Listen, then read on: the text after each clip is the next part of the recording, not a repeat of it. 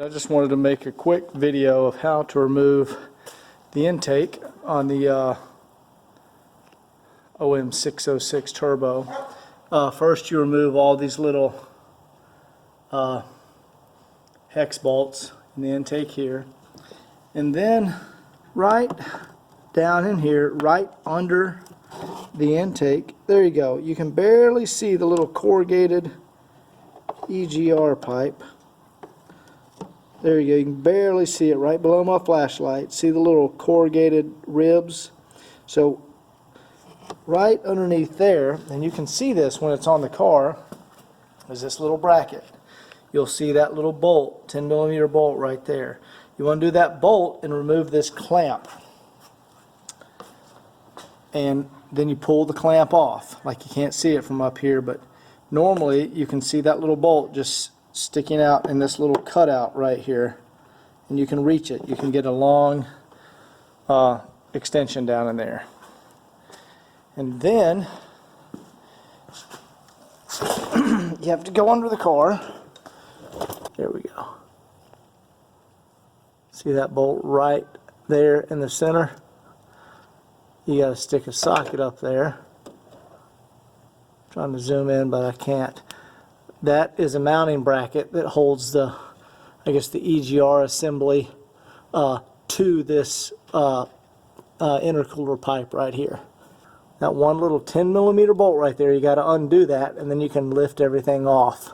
All right, now that I have the intake off, here's that corrugated pipe right here, and this clamp.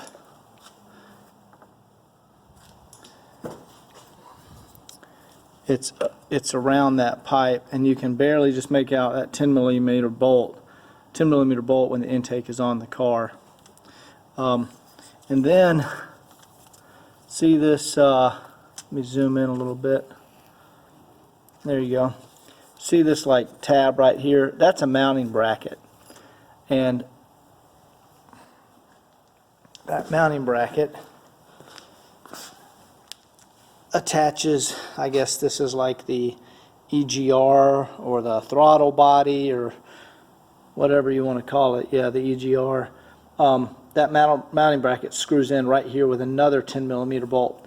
That's the one you undo from the bottom underside of the car. And once you do that, you can take the intake manifold off. Alright, here's the update since the last video. Just got everything disconnected on the 606, om606, and the trick is you have to take the intake manifold off so you can then disconnect all the, let's see, the wiring harness to all the glow plugs, the oil in and out, inlet and outlet, the fuel in and out, send and return. What else? Oh, there's a couple of random electrical connectors. Let's see, here's the glow plug harness. Here's some random electrical connectors that went into the side of, like, I think one went into the front of the transmission, and I don't know. Anyway, there's 3 other connectors. You also have to remove, we thought we could do it without removing the AC condenser, but we definitely had to take that out. Also, what we noticed is the sway bar back here.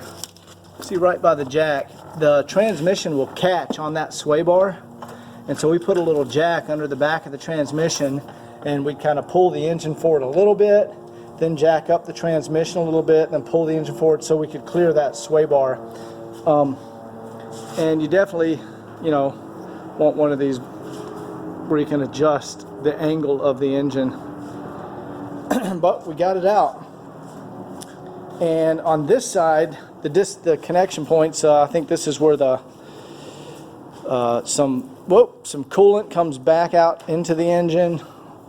Of course, you have the intercooler that connects here. Got to disconnect that. There were some, let's see, a tube into the wastegate of the turbo. let's see, also, what was down here? Oh, there was a strange connection on the transmission. So there's a plate covering up the connection, and I put the plate back on, but if you take that plate off, see where it pops in right there. yeah, let's see. There you go, there's a hole up inside there, and then if you look under the car, shine it right there, there's that connector back there. Just move your arm. There we go. There's the connector hanging down right there. That plugs into the transmission. It's got a really strange connector. You like twist it. Yeah, see how it rotates in there? Yeah, it's really strange. I've never seen a connector like that. But also, the starter, there was three, it was the alternator. There were, yep, 2 wires here on the back of the alternator that need to come off. And there was a ground wire that was back. It's actually under the car. Oh, here we go. This ground wire attaches to the, it's like under the driver's side floorboard. That needs to disconnect. And the oil lines, we disconnected those. That should be done when the manifold is off. But anyway, you got to put the manifold back on to lift the engine, because the lift point on the front of the engine is here, but on the back of the engine, it's right here. And anyway, that'll get the om606 out of the car. I guess that might have taken 2 or 3 hours to disconnect everything. The engine pulled. And that's of course after removing all of this shit like last weekend. Exhaust, AC condenser, radiator, fan shroud. There's all kinds of shit. That took 2 or 3 hours to do all that. So it's like a 5 or 6 hour job to pull one of these engines out. It's definitely not like pulling out a Chevy 350, which you can do in an afternoon. Anyway, thanks for watching.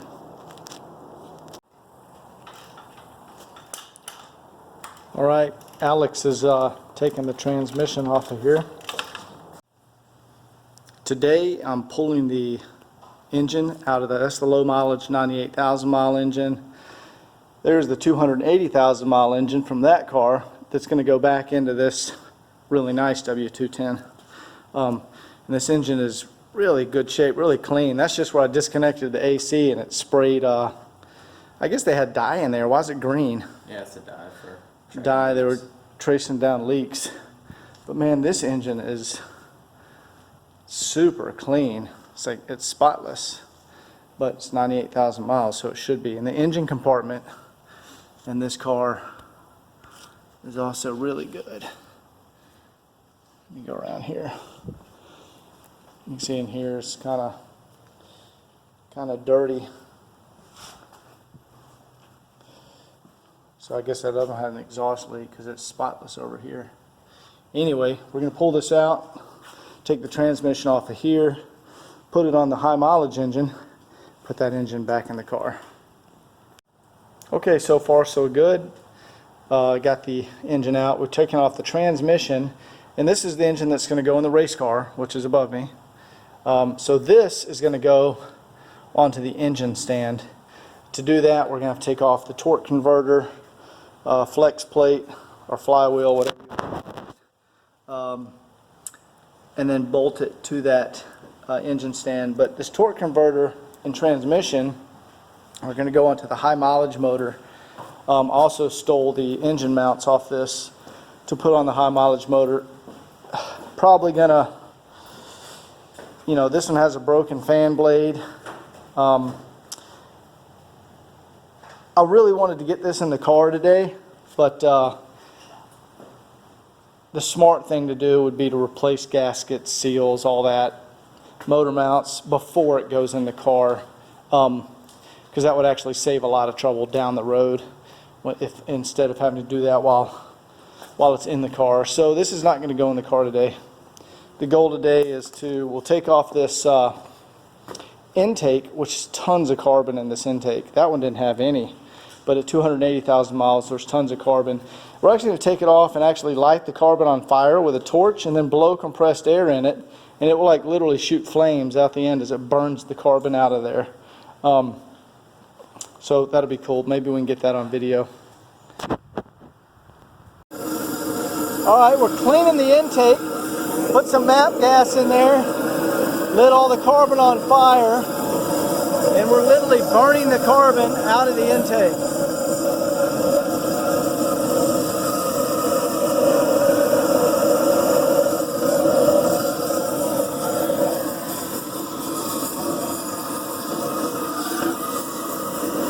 That's awesome, dude.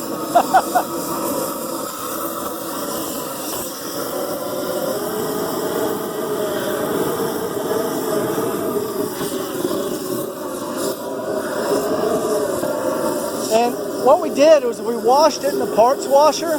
So there's some parts washer solvent still in there, which lights on fire really easy. You can see it burning on top of the intake. And this makes it really, that's the trick, man. So we tried it without washing it first. You can see all the embers actually burning off inside there. See that? That's all that carbon. And there was a ton of carbon buildup in this. You mean turn up your pressure?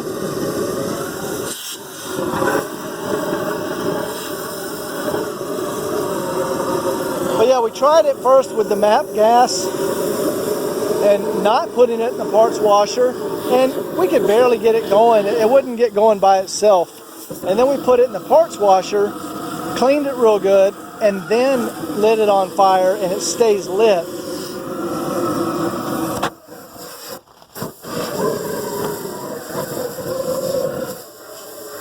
Oh, that's that.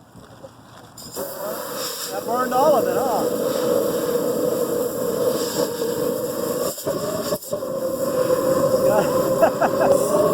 It's crazy how it keeps lighting. I think it keeps going until that stuff is just all out of it. It gets soaked with the solvent. Let's see how hot it is. Oh, let's stop. That's real hot. Let's let it cool off.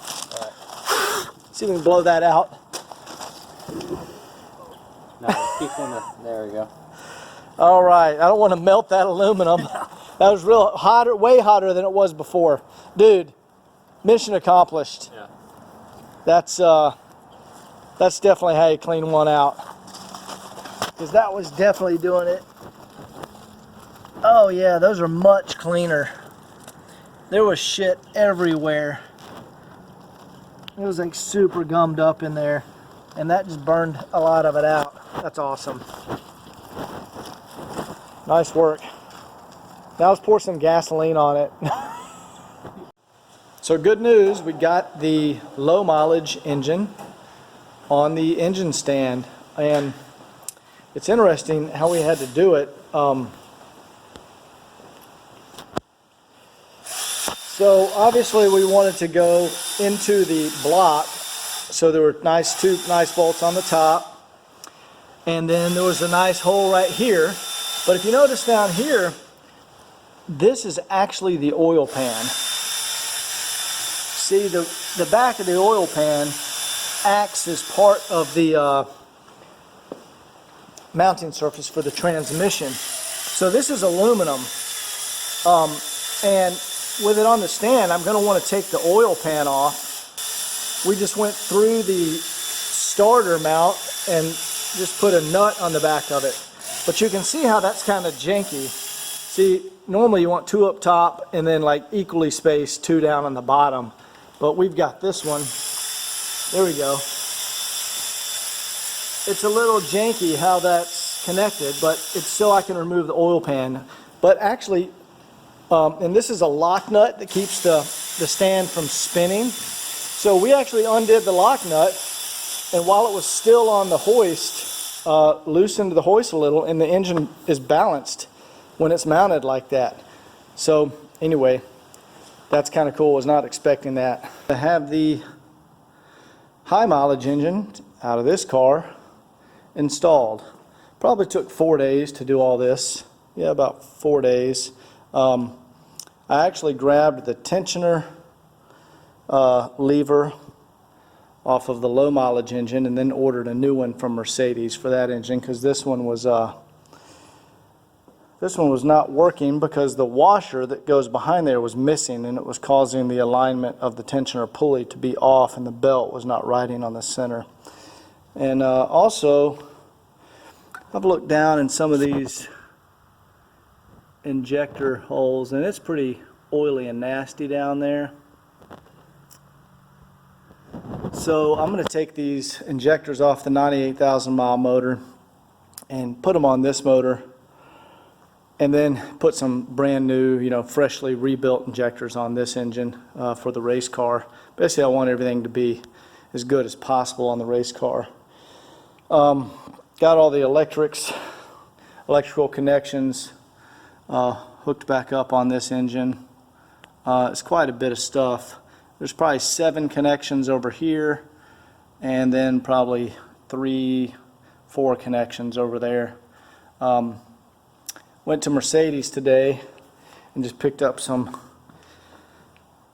cloth injector return lines and a new intake gasket. And these are really the only lines to use. Those black lines you can get, man, they don't last very long at all, and they just rot and start leaking.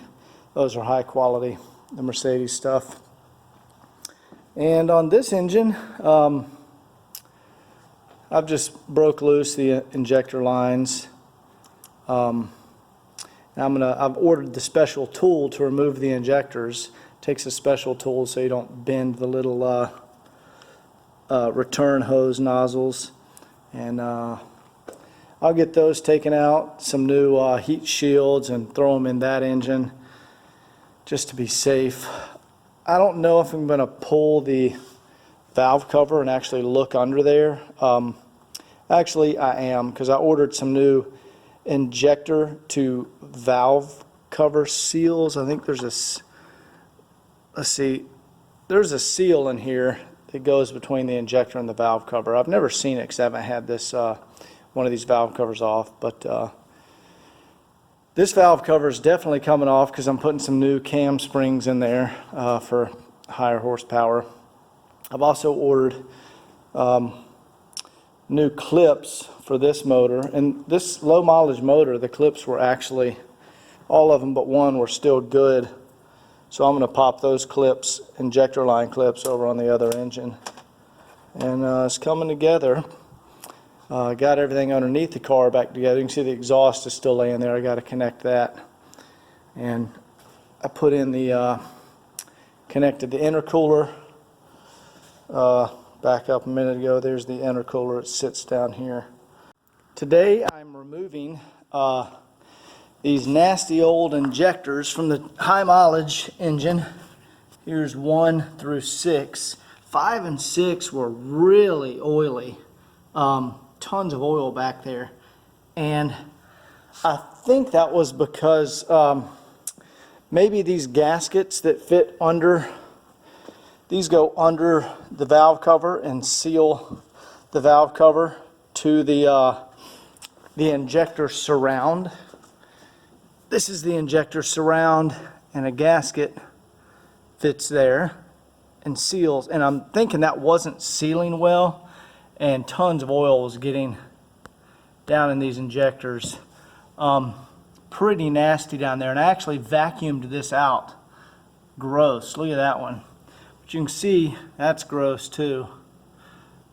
And they get cleaner as we get to the front of the engine. And the way I did this, I took my shop vac and I just taped a taped a little hose to it, and then taped the hose to a screwdriver, and just went down in the chambers and sucked out all the crap down in there. And Mercedes has ordered me some new injectors for $129 each, plus the core. I think the core is $13. But let's look at this thing. That is filthy. So these new injectors are probably going to make a huge difference on this engine. Now keep in mind, when I went and checked out the car, it fired right up with the injectors in that condition. Now I've removed injector 1 from the low mileage engine. Let me show you the difference. There we go. Look at that.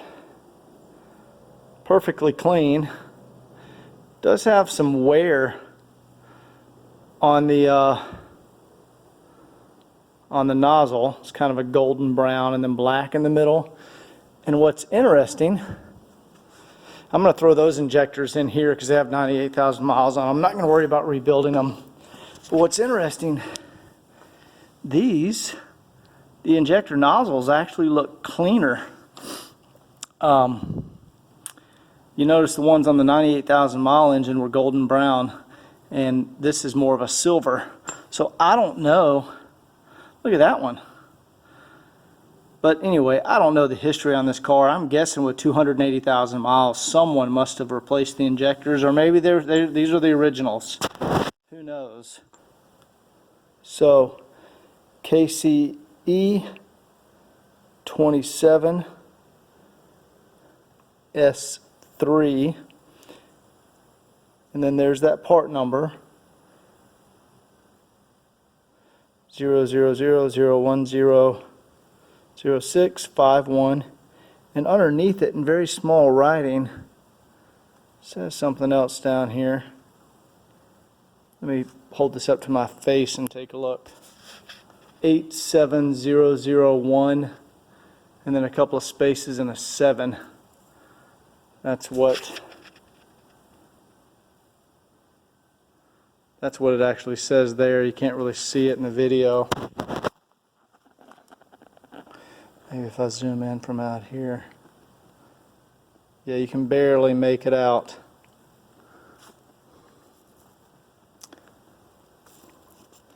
.35 bar. That's what it says right there above my thumb. There we go, 35 bar. And it says France.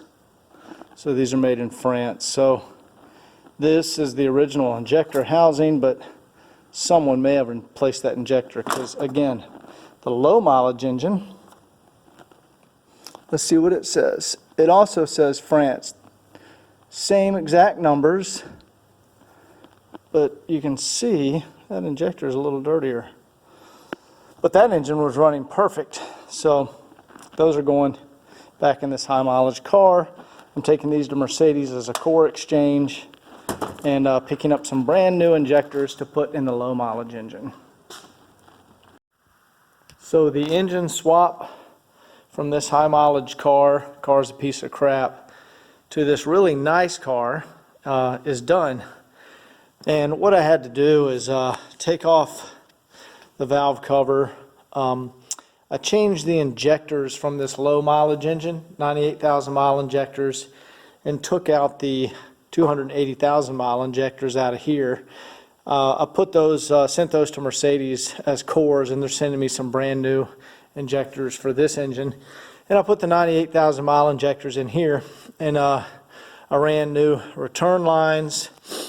You can also see I replaced the clips where they were broken and made sure the little rubber cushion behind the clips was in good condition. You can see behind the clip that's a little piece of rubber. So I made sure that was good, because if you don't, these will vibrate and crack. Replaced it over here. There's a new clip, new piece of rubber behind it, and put a new hose here. I got a new one of these differential pressure valve, and replaced the rubber, there you go, the rubber grommet that comes out of the head. These were old and they were hard as a rock and brittle. These are nice, soft and malleable. The ones that were in the engine, whoa, it's about busting my ass. See, this one was so brittle it just cracked apart. That used to be soft rubber. Now it's hard as a rock. Anyway, so I replaced those. Filled up the engine, put a new filter, pre-filter, I grabbed this line from the low mileage engine. If any of these lines end up leaking, let me just look around here. If any of those lines ends up leaking, I'll grab one of the lines from the low mileage engine, because that engine is getting a mechanical pump and all that stuff is getting changed. That's going to be turned into a race motor. I just wanted the low mileage valve train, low mileage bottom end, and that's what we got there. So anyway, I'm charging the battery now. Got the battery charger there. It needs it's charged, but I want to have a full solid charge because I have to crack the injector lines here, turn it over till I see some fluid come out, fuel coming out of the injectors, tighten those up, and then see if I can get it up here. And these things are tough to start when you've basically drained the fuel out of the system. So all the fuel's got to get repressurized. So I'm going to go ahead and do that tomorrow. Went ahead and changed the oil. Put in some 5W40, and I got the coolant in there too. When I was putting in the radiator, I held this tube up in the air and tried to pre-fill the radiator. So I'm going to have to burp the air bubbles out of the radiator, but this thing should be good to fire up, and my girlfriend will have a very nice vehicle to drive. This thing's beautiful. Only had 98,000 miles on it. And this car was just way too nice to steal the engine and not put another engine into it. So anyway, the engine swap is complete for Shannon's new car. Got the engine in there. Let's see what happens.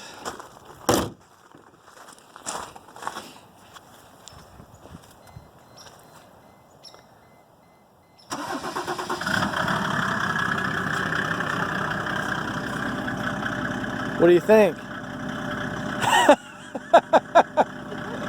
All right, we'll drive safe and call me if anything happens, okay? All right. Come here, Thomas. Come here, buddy.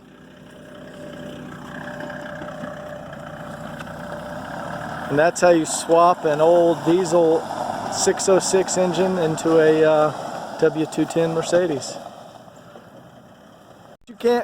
You can't go with Shannon. I thought you were leaving. Yeah? Oh, you need my Bluetooth adapter? Oh, you got it.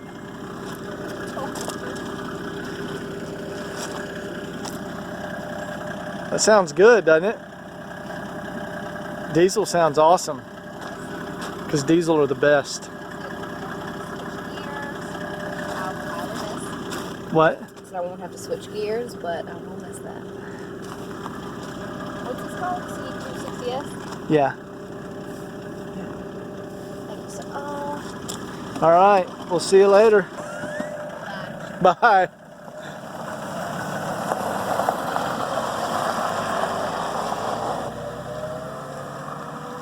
Man, that was a royal pain in the ass. Took like a week. But now she has a really nice Mercedes to drive. Thomas, what do you think? Thomas? Thomas, what do you think about that? Come on, let's go inside.